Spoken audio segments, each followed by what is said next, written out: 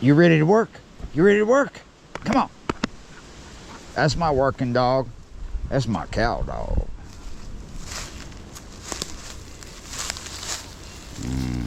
Look at that. So we in Texas, and I'm in that corner where I'm gonna put all them pianos. And in this corner, we got this huge pile of crap, mostly wood. There's no fire ban. Question is, how many snakes? Question is, well, it's not really a question. It's more of a statement. It's more of a statement. It's more about how I woke up this morning. I woke up on the punk rock side of bed, just like I grew up in Dallas, on the punk rock side of town. Back in the day, me and a bunch of punks from Dallas, we drove up all the way to Canada from Dallas to a place called Mar. We were going to Punk Fest, or as they called it back then, Spider Fest. His dude's name was Spider. And everywhere we went, we told people, fuck you, we're from Texas. That's the side of bed I grew up on this morning.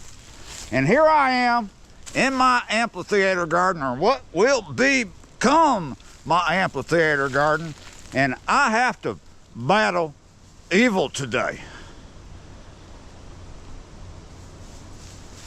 In Texas. Battle on evil in the amphitheater garden. Come on, cow dog.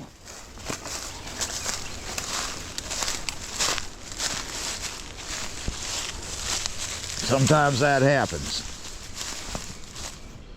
I drank all the Jew-Mex, just about. Anyway, Mexican Jews are pretty cool. We didn't just drive up there. Well, we did drive up there, but we drove up there in an art van, or if you like, an art car, with a van with a bunch of shit glued to it. Look at this. That's probably why we had to tell people, fuck you, we're from Texas, because they kept looking at us funny. And, you know, back in the day, in the 80s and 90s, there was something called cowpunk here in Texas. It was a big thing. You know what? I'm thinking this rope, I'm just gonna burn the hell out of this rope. It's just been sitting here forever. It ain't probably worth much. Look, all kinds of goodies right here that probably ain't worth a damn, because it's been here forever. You know, dry rot and such. The hardware might be good, but we're gonna do one of them things like they did back in the day. We're gonna burn a bunch of shit that's gonna leave some bare bones left, because metal bones don't burn in a regular fire. We have to get that hot is all get out, but we don't have any magnesium to spare today. Anyway, I don't know that I'm gonna just be repeating fuck you, I'm from Texas a lot, but I might. We ain't burning that because that's already down to the bone. I don't have any magnesium to spare.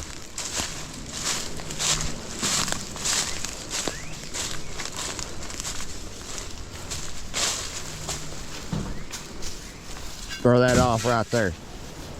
That art van, well, that was driven by Chubba. That was hers. There was a scene back in the day. We'd have these swaps. I mean, I wasn't into art cars, but there were a lot of people in Texas that were. You know, other places in the country as well, but especially in Texas. So back then, you know, Dallas, Austin as well, but Dallas a lot of times was just operating on a different level, a different beat, a different wavelength, but in the shadow of Austin. Austin had a lot of damn hippies, and those suckers, they just went too far to the left and blah blah blah blah. You know, the cops were brutal is what I'm trying to say. It was like totalitarian blah, blah, blah, blah. You know, vegetarians and vegans getting into politics and going too far, so far to the left that their policies just led to brutality and, yeah, it's like you're gonna come to Texas, vote conservative and have a good life. Punkas, yeah, yep. That's the side bed I woke up on this morning. Look at this. This is the main evil that I'm going to be battling today. This is what we call greenbrier. You see all this vine right here? Well, this vine here that I'm touching is pretty old and pretty prickly. And this one here is green. See, it's pretty prickly.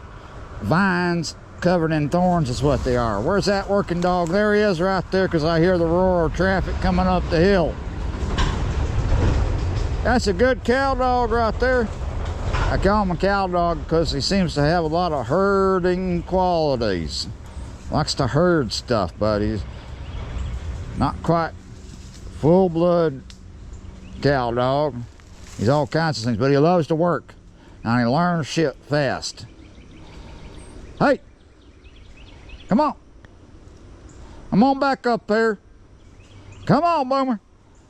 Boomer! You've been around the red bone too damn long. You got a little sack of rocks in your head. You know, you're about as stubborn as. Hey! Oh, he's not stubborn. Well, he's probably taking a dump. How'd it come out? Did you make a DQ? Today's Tuesday. It's Taco Tuesday. I mean, buy one, get one free at Dairy Queen.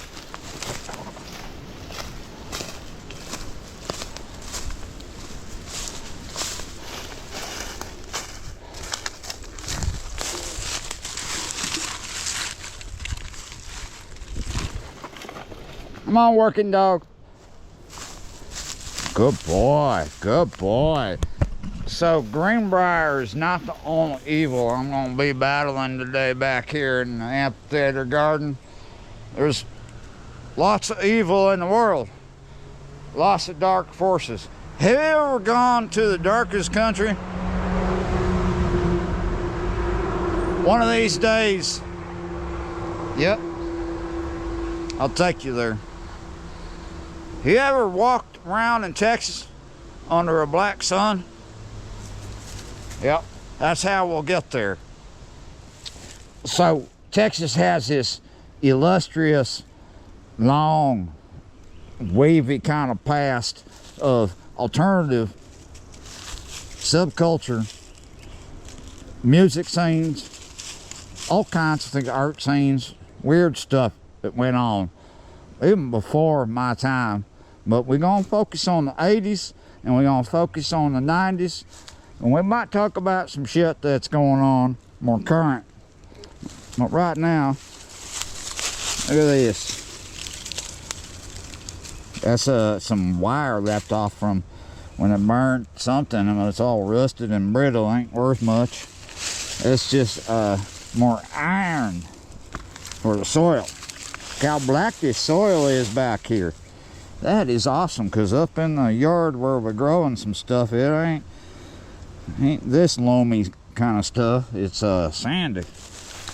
Considering the side of bed I woke up on this morning, yep, I chose to listen to cowpunk in particular, because I grew up in Texas on the punk side of Dallas, right?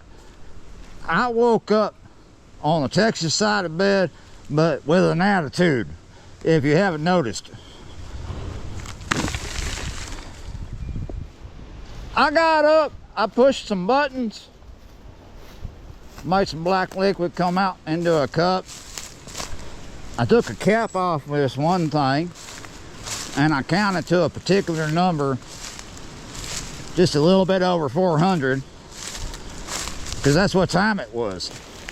And once I had got to that count, and then I went to that count again. Actually, I went to that count several times.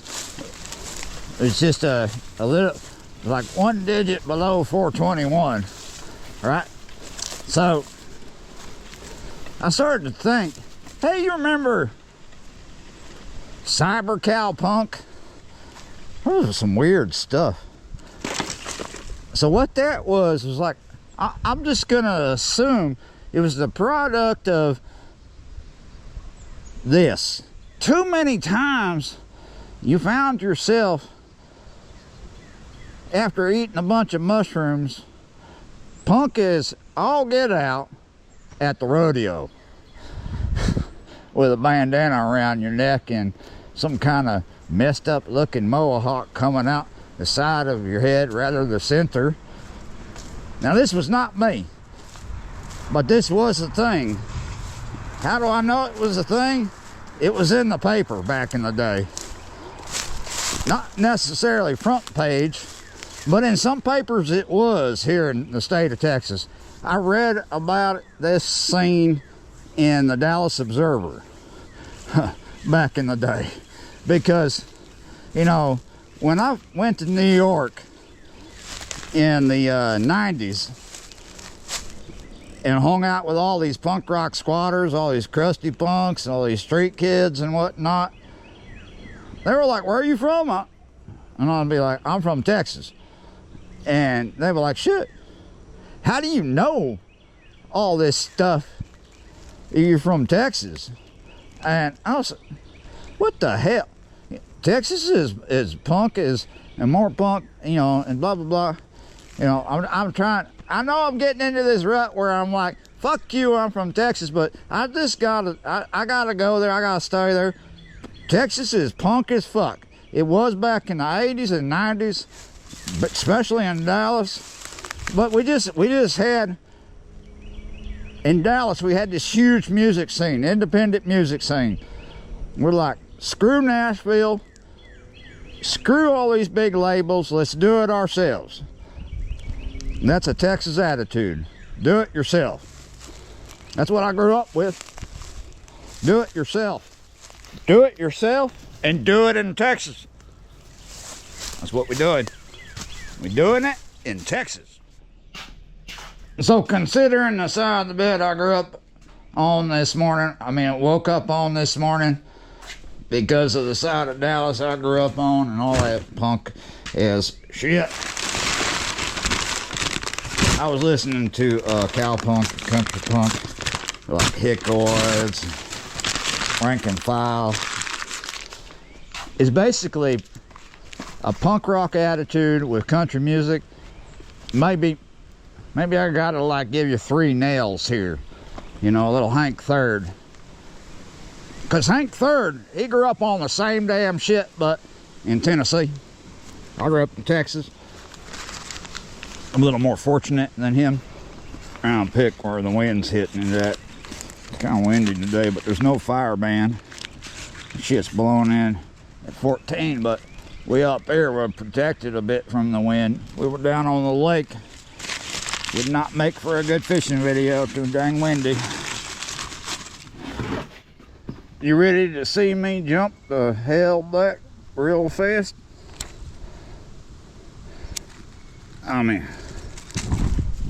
Hey, cool. I walked back. What do you call it after you light it? Lit. How do you say hi to a tweaker in Texas? Hell no. Right, Boomer? Right? Here's my cow dog. Can't stand tweakers. My goodness. Yeah. Always a sad thing when one of your friends ends up getting hooked into that crap. I remember back in the day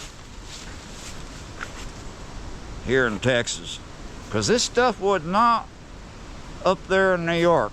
People you knew up there were getting hooked into something else, and sometimes they would drop like flies all week until it stopped, and then several months go by, then a bunch of them dropping like flies again all at once.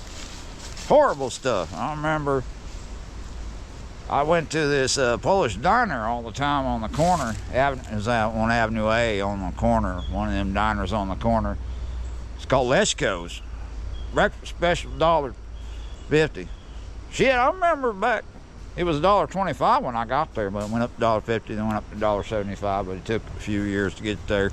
Shit, a cup of coffee was 50 cents. This is the 90s. Not that long ago. Anyway, I went there multiple mornings in a row. I went there all the time because it was super easy to get breakfast. If you had it, you had it. If you didn't, you could get it. It's just $1.25, then it was just $1.50. My goodness, it was even easy when it was $1.75. And what it was, the breakfast special, was home fries, 2 eggs, toast, and coffee. That's what it was. Let me tell you, that's a decent breakfast. They had other things, if you wanted other things. Mushroom barley soup was one of the other things I liked, but so many mornings in a row, I'd be sitting in the back by this door. I'd be having breakfast. And then I'd look over to my left, I look down on the floor, and I see water puddling up. I see water pouring under that door. And then I get the attention of one of the waitresses, which always had a bad attitude. They were always mean. But I grew used to it and I didn't care. I just accepted it. I thought it was a beautiful thing after a while. Because they always did me right, even though they were gruff as shit. They remind me of tough old women that were tough as nails out on the range, you know, off here in the state of Texas. Grew up pulling the plow. So I appreciated them. I'd get their attention and I'd say, "Hey, another one done died in the bathroom." And they'd have to dial the right number and get some people over. The plumber. Yeah, because the thing was, on the other side of that door was a hallway. Led off to another door. They only had one bathroom, so it was women and men nodding off, dying, ODing back off in there. But it was a small bathroom, and they were always doing this right in front of the sink because of the mirror. And every time they fell out from this bull, this BS, they took the sink off the wall. And the only way you would know that this happened, water pouring under the door into the diner. I hear another dog. Oh, that's a bird. Thought I heard panting behind me because my cow dogs are out there in front of me. So when I was hanging out in punk houses in Dallas, the most annoying thing was when tweakers showed up randomly at 2 in the morning to hang out. And we were likely sleeping because we worked. And sometimes we weren't. I remember this punk house that I was living in off of Fitzhugh Street. There were 2 marks. I happened to be one of them that lived on the bottom floor. And the people that used to live there were dumbasses and tweakers, meth heads. But they were gone.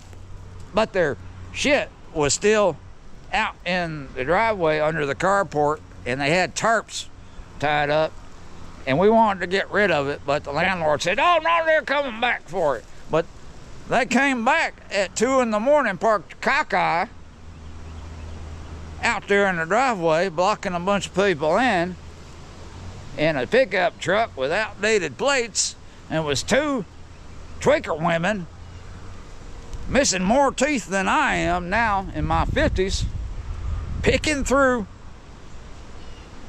tweaker crap.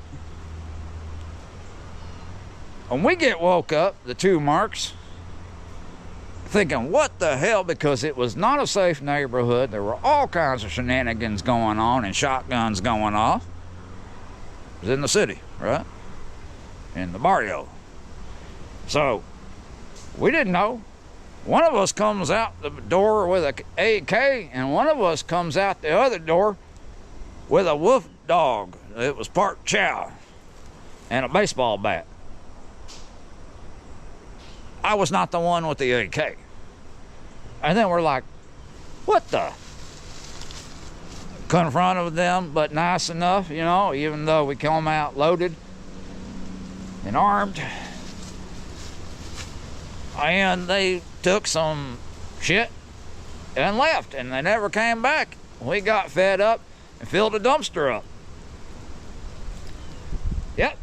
Because that's that old school Texas punk rock do-it-yourself attitude I remember.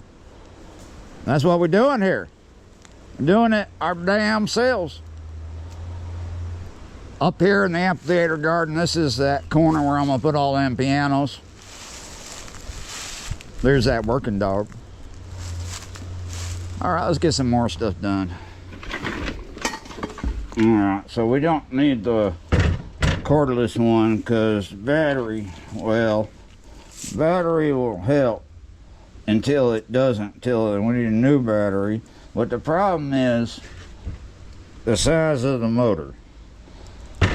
I need the big motor because it can get hot as shit and not die, and you gotta worry about that with that. That's light duty. This is heavy duty because I woke up on the heavy duty side of the bed.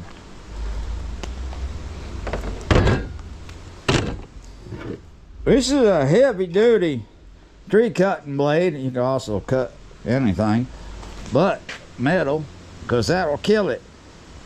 Even though it's heavy duty, it's been through a lot of heavy duty, as you can see. Just I'm not sure, do I have a brand new one? I don't feel like digging it out, because what do you call it after you light it?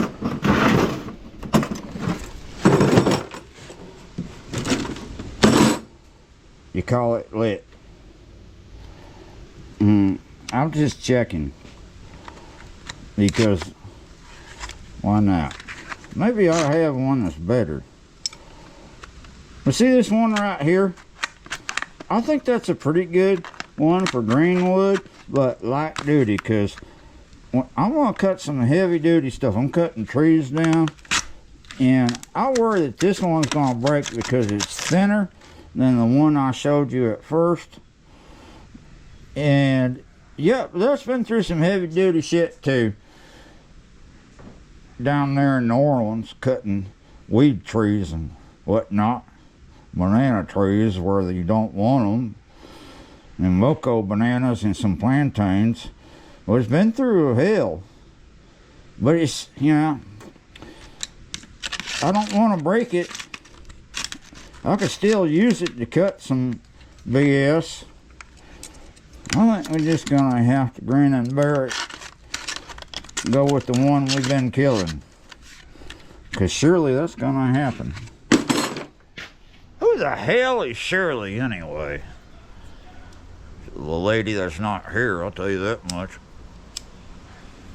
What do you call it after you light it? All right, so here's a theme that I'm gonna present to you a few more times than this. When you're battling evil in the Amphitheater garden, it all starts with the right choices, the proper choices. So you have an idea that I'm about to do some heavy duty stuff, some backyard lumberjack shit, and I told you I needed the bigger motor because it needs to be a workhorse. I need a workhorse this morning. I got a work dog over here making sure nobody sneaks up on me, but I need a horse. I'm allergic to horses, but I'm not allergic to freaking sawzalls and heavy duty tree cutting blades. But one thing I don't want to do is get a hot wire, right? So here's my choice. I got my heavy duty workhorse power cord. Yeah, you're right. And this, I think that one's a 25 to 30 footer. Can't remember. I've been having that for years. I will put a bullet straight up through a block if anybody tries to drive over it. I don't want them driving over it, because that is my prized possession in power cords. Just like when I was pressure washing, when I was shooting them grease hoods with the 30-06, I didn't want people riding over my hose, because it was rubber with braided wire in it, right? And if somebody roll over it, there ain't too much life left in it. You got to protect your heavy duty cord that you work with, because you make a living with that. You don't want to be constantly replacing them. Aren't that right? Yep. A little bit of tobacco. What'd you think that was? Anyway, I've been having that cord damn near 20 years now. Doesn't have any shorts in it, because I protect the dickens out of it. I don't want to have to get another one. I don't want to find myself with a dead cord, having to cut the bitch up, get the short out, and all of a sudden I got a short cord. I don't want to be left out. I want to keep working. That's what I want to do, because that's what I'm up to. That's what I'm all about. That's why I got a working dog now. I got a hound dog when I need to hound dog some shit up, and I got one that's a part hound up there. I got my red bone when I want to pull my shoulder out. Speaking of that, I want to go up there, check on them other two dogs that can't be off the leash because they get too stupid or they wander off to Timbuktu following their nose. I want to get up there, check on them. I want to push some buttons and make some black liquid come out into a cup that's got a fox on it. The question is it blue or is it black? I'm pretty sure it's dirty, because I've been drinking out of it all morning and I haven't washed it. But is it blue or black? Billy Faye and I got into this debate and we about had a fight over it. We didn't, but we did, yeah. Anyway, I lit that fire to get a bed of coals going, because what do you call it after you light it? Lit. Hey, Boomer, you know what I'm thinking? Since I got up this morning on that particular side of the bed and then I turned the oven on, speaking of tweakers, I cannot stand tweakers. If I'm gonna go push some buttons and make some black liquid come out in a cup, these can sit right here for a second, because I gotta lock some shit up. I mean, hell, it's not Mayberry. It might smell like it, but it ain't. Come on, working dog. I gotta wake up the goat anyway. So I put the bird bath and the windmill that don't draw a drip, don't draw a drop. Put them all over here. I think, see, we'll talk to Billy. We said it to Billy as much, but I want her to see. I think she might like it here, because it's more inviting to birds over here because of the habitat, rather than out in the middle of the yard where it was. Well, it was not in the middle, it was over there on that side. Because what do you see right here? Hang out, I'll be right there. All right, so I'm up at top stage. Maybe put a DJ booth up here or something. Definitely a place to hang out. What do you see? Look at that and look at that. We'll get back to it later. Come on. Excuse the sound of the fan. All right, so blue or black? You ever heard of Betsy Green? There's all these people that think Betsy Green is black, and you tell them, no, that's green. That's Betsy Green. All right, so the thing about Betsy Green is it's green with black in it. I think this is blue with black in it. Anyway, let's put some coffee in it. Texas Shadow. Are you listening to me talk to myself? It's not early, but it's not late, but it's not the time to turn on a bunch of bright lights anyway. So, powered speaker. I don't know, might just go straight in. Talking about sound system outside. Probably just loud on the live stream. Quiet everywhere else, right? Because you're going direct. But gotta love a sound system. Alright. Tank is empty. Alright, now I'll push the button. Turned it off. Milky white. Hey Boomer. Hey Boomer. Can I fix that for you? Oh, you fixed it for me. You're so smart. Just like when you're battling evil in the amphitheater garden, when you're gonna start by building an amphitheater garden, it starts with the choices you make. Let me tell you about that. This is gonna apply to any garden you're gonna start out in the country, because what's up in the country? Look right there. Look right there. Or should I say the county? Out in the county, we got services, and then we got services that we don't got. All right? We don't got sewer, because where do you got sewer? Where do you got sewage? In the city. What we got here is septic. I used to play in a band in New York, and the guy who was trying to start it, he never got anywhere, but the guy who was trying to get it somewhere called it septic resin. I didn't really like it because, let me tell you this. Do you know why metal is from Wisconsin? Because it's fucking cheesy. Yeah, you're right. I know a lot of F-bombs in this, but I grew up on that side of the bed in Dallas. Don't worry. I got a lot of Loretta Lynn in my repertoire. A lot of Patsy Cline. I also got that chick, gravel road, dirt, wheels on a gravel road. So what we're looking at right here where it's nice and green is what we call the leach field. I believe that's where it is. You ever heard of the band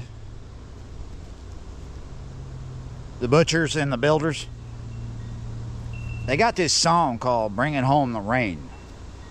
And one of the lines in that song is, there's no one here to tell you the depth of the water. And I repeat that a lot on the fishing channel when it applies to, there's no one there to tell me the depth of the water I'm fishing. I don't know it. I gotta figure it out. All right? So there's no one here to tell me exactly where this leach field ends, where it begins, or where it is at all. But experience tells me it's where it's green as hell, because what do plants like? They like shit. But you don't want to be growing food over it, and there's a lot of other things you don't want to grow over it, because deep roots can mess up your system, your septic system. And food you're gonna eat, there's a possibility of getting E. coli from food you grew over the septic system. And there's a lot of, hey, quiet now. You don't like it when I'm talking to people, even if they're inside a metal box. There are a lot of food plants, food crops that have deep roots, and you're gonna get E. coli and mess up your septic system all in one go. So, where to grow? How close should you grow to your leach field? Well, most people are gonna tell you this, and I'm gonna tell you this too. 10 feet from the edge or greater. And now, like I said about choices, hey, whether you're battling evil or battling Mother Nature, yeah, because we're doing all that back here. There's other things to consider. Yaz,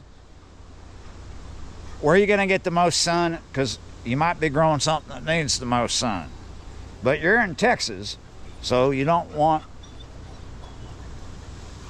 the most intense. You need some shade, but just a bit, right? Maybe some partial shade, right? So right behind me gets a fair amount of sun, but then it's going to get some shade. But like the other day when I pushed the sucker down hard on the ground, it's right now coming with some threats that need to be eliminated. You gonna be a good dog out here off the leash? You gonna be nice? All right. I got 20 minutes to spare before I get into some heavy duty stuff. I'm gonna have myself a country music break. I can't take you with me for the sake of copyright strikes, unless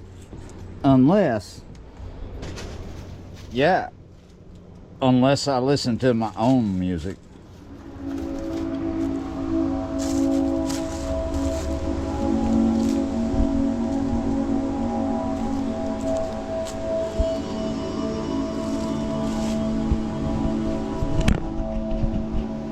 So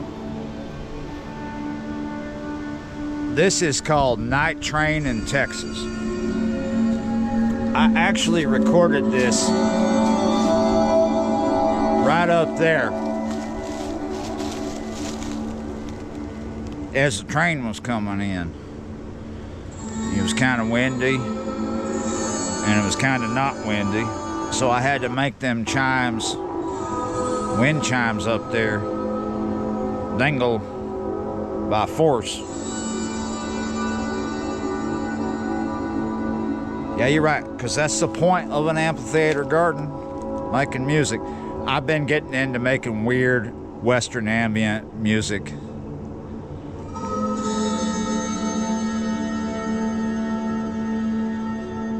Let's have that country music break.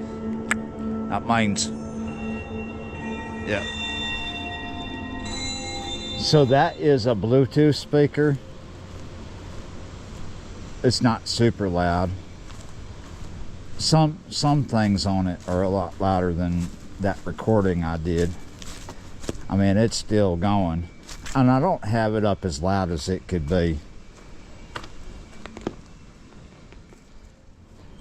Sometimes you need to be quiet in the amphitheater garden.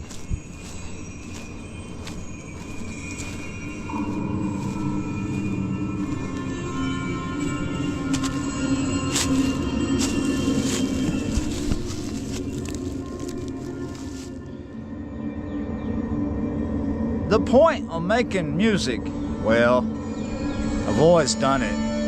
It's been weirder than this, noisier than this, but I love playing slide guitar. But one of the benefits of making your own music, there's no copyright strikes unless you're an industry plant. You're probably unhappy then. I'm not. I'm independent. Because I grew up in Texas on that punk rock side of the bed there in Dallas. I'm not ever gonna say, I'm not always gonna say, F you, I'm from Texas. But it's true. Texas has this crazy history of independent music.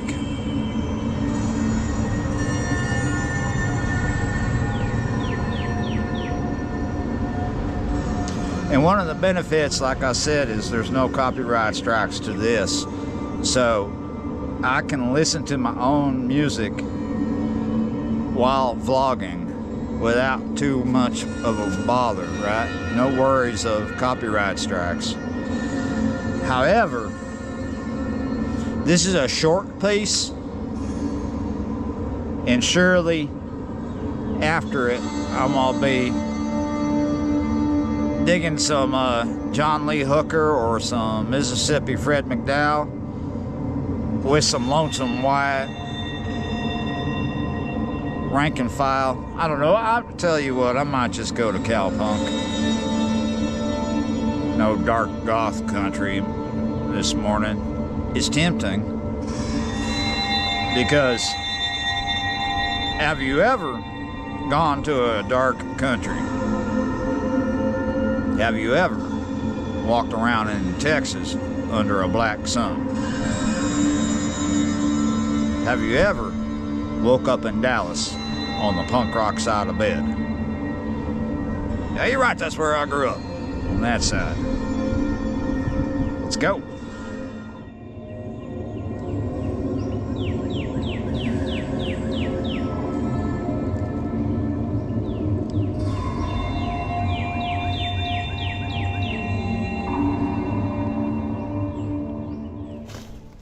A country music break, whether it's cowpunk or western ambient, if it's out here in the amphitheater garden, coming from my phone on the Bluetooth speaker, it's about doing work. It's not about just sitting there on my ass. I was just up at the neighbors getting boomer. Look at this. This is mullein.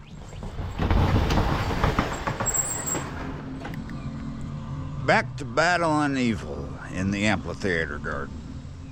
See these trees right here? I make some nice purple flowers, are pretty, but these trees are famous for breaking. They grow fast, but they are not a hardwood, they're a softwood. They break in the wind. And I'll tell you what, this one we looking at right here, that is surely gonna break and come down. Yeah, may be a while, but it might not be good when it does. But it's good if I take it down now. The thing about trees lately here in the state of Texas, I've said this before, when we get some kind of brutal freeze, there's a lot of trees that will freeze and crack. And when that happens, it's not too much long after, boom, they fall. Cracking promotes rot. Don't want to crack. And then we got these two right here. They're the same species, right? And after determining that the leach field of the septic system is right here, and as we walk this way, it goes from being green or greener to being drier right in here. So about right here is that transition line. So we're going to assume that the leach field is right over here on this side, and that makes sense because it's corresponding electronics, and where the washout is, or the suck out, whatever you want to call that, it's up here on this side. So figure out that transition point where it likely ends, and then you walk off 10 feet.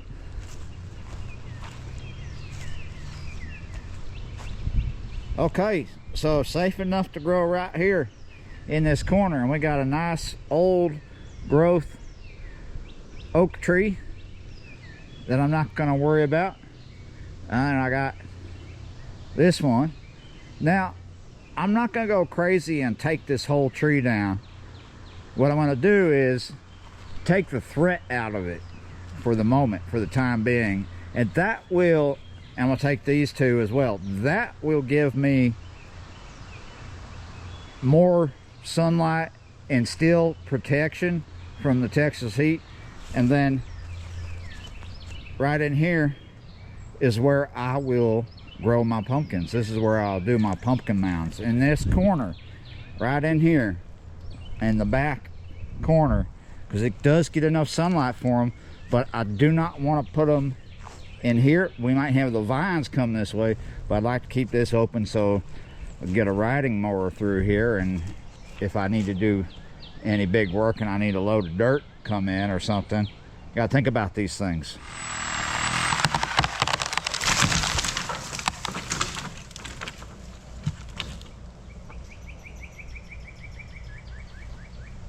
Nice. I should have a chest of ice down here just to put the Sawzall in, even though it's a heavy duty, bigger motor chain, not a chainsaw, Sawzall. That sucker is hot.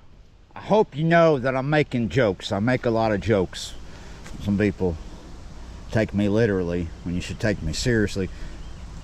So I would not suggest you put your Sawzall in a bucket of ice unless you don't give a damn about it. I got that Sawzall in New Orleans many years ago when a friend of mine broke his neck falling off a balcony on an old house in New Orleans. Showing you what I cut. Let's walk off to the shade. It's getting hot. He was up there. People were handing him plywood, and he lost his balance and came forward, broke his neck. All right. See, this is the same kind of tree that I was cutting down. You see, they make them nice flowers, and then you get those right there. I don't know what kind of tree it is, but it does make pretty flowers. And they hang down like that, right? So, my friend who I bought that from him, he was selling all his tools. He left New Orleans, went to Oregon to recover in the mountains. And I don't blame him, but he was the second person on the same job site to fall off that balcony. The first person, nice enough guy, however, to be honest, he was a crackhead and a drunk, but he was up there on the balcony one day painting or something. He was on a ladder, and this is New Orleans, and right where it transitions from the Marigny to the Bywater before you cross the tracks, he was up there on a ladder doing some kind of work or whatever with his back turned, and he must have heard that big truck coming. This is a hard corner to turn, if you know what I'm talking about. That Cafe Flora's is right there, and that gay bar, I can't remember the name of that gay bar. Hole in the wall place. Cheap drinks though. Cheap. And yeah, oh no, that's the wrong intersection. Next one down. This is on Franklin. Next one down. Right there where that shoe store used to be, but that's another story. It's gone now. Over there, there's another bar and restaurant there. There's two of them over there. So yeah, not where Flores is. But that intersection, both those intersections are hard. Damn, that whole neighborhood is not the neighborhood you want to be taking a big truck down, an 18-wheeler. So this 18-wheeler came through this difficult intersection, and the back end of it caught the balcony, shook the balcony, making his ladder fall, and it ripped the balcony apart, and he fell, bam, boom, bouncing off of stuff. He didn't stop till he hit the sidewalk. He broke his back. And yeah, court case and everything, and barely saw him again, even once he recovered, because he got a lot of money for that one. And I got a Sawzall. Yeah, you're right, because my friend, he did not want to sue the lady who employed him, but the other dude that fell off the ladder and broke his back, he sued the trucking company because it was their fault.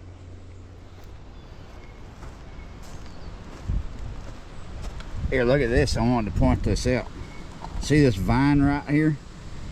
I ended up cutting it while I was working, so these these leaves are wilting.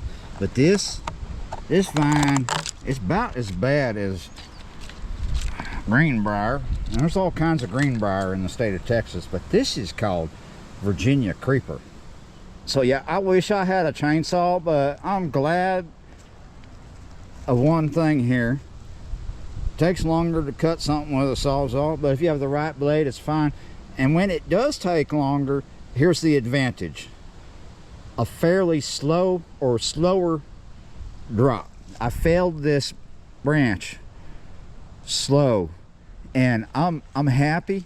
I did not take out a big branch. It didn't hit that old growth oak tree and make one of them big branches come off, which I'm glad of, because I don't want to do that. I want to keep the integrity of that. I think, well, that should make sense anyway, especially if you live down in New Orleans and you got a big old ancient live oak growing over your tree. The last thing you want to do is take it down, just because cowards won't insure you. Because, you know, you go and do that down there, you cut all the trees down, and then insurers just keep fleeing the state, even though you cut the trees down, and now you stuck paying high utility bills because you took all the tree down. But I get it, some people paranoid, some people just scared and they want to be safe, so they take the trees down. I did the same thing, don't get me wrong, because if I would have left this growing, eventually, before it fell, I mean, it's a possibility, it was getting real close. It came real close to hitting a part of that structure, and that's the last thing I want to happen. There are some trees that scared the dickens out of me out here, and I'm like, oh my goodness. And, you know, they're too big for me and my little sawzall to handle, and I'm just like, oh no, what we gonna do? Well, we're gonna pray. That's what we're gonna do. And then we're gonna burn this.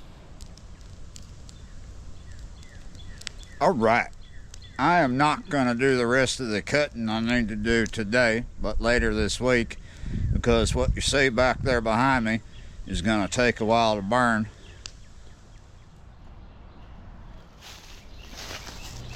It's getting hot anyway, and it's getting close to that time to needing to be going fishing. So we're going to work back here in the shade with the last thing. We want to continue battling evil with these shearing prunes, these pruning shears, sorry. Yeah, you're right. So what we're gonna do is we're gonna go around through this thicket. We're not pulling these. This isn't, oh yeah, that is old. And here we go. We're just gonna cut this green briar at the base so it dies. This stuff is horrible. It is native, and anywhere else, I'll just leave it be and deal with it, right? It's a killer of wranglers, though. My goodness, it can destroy your wranglers trying to get through a patch of woods where this stuff is thick.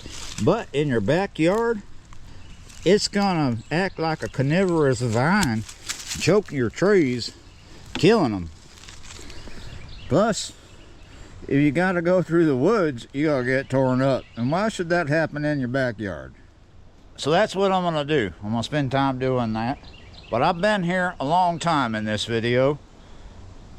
And it's okay. It's all good. I don't care. I live here.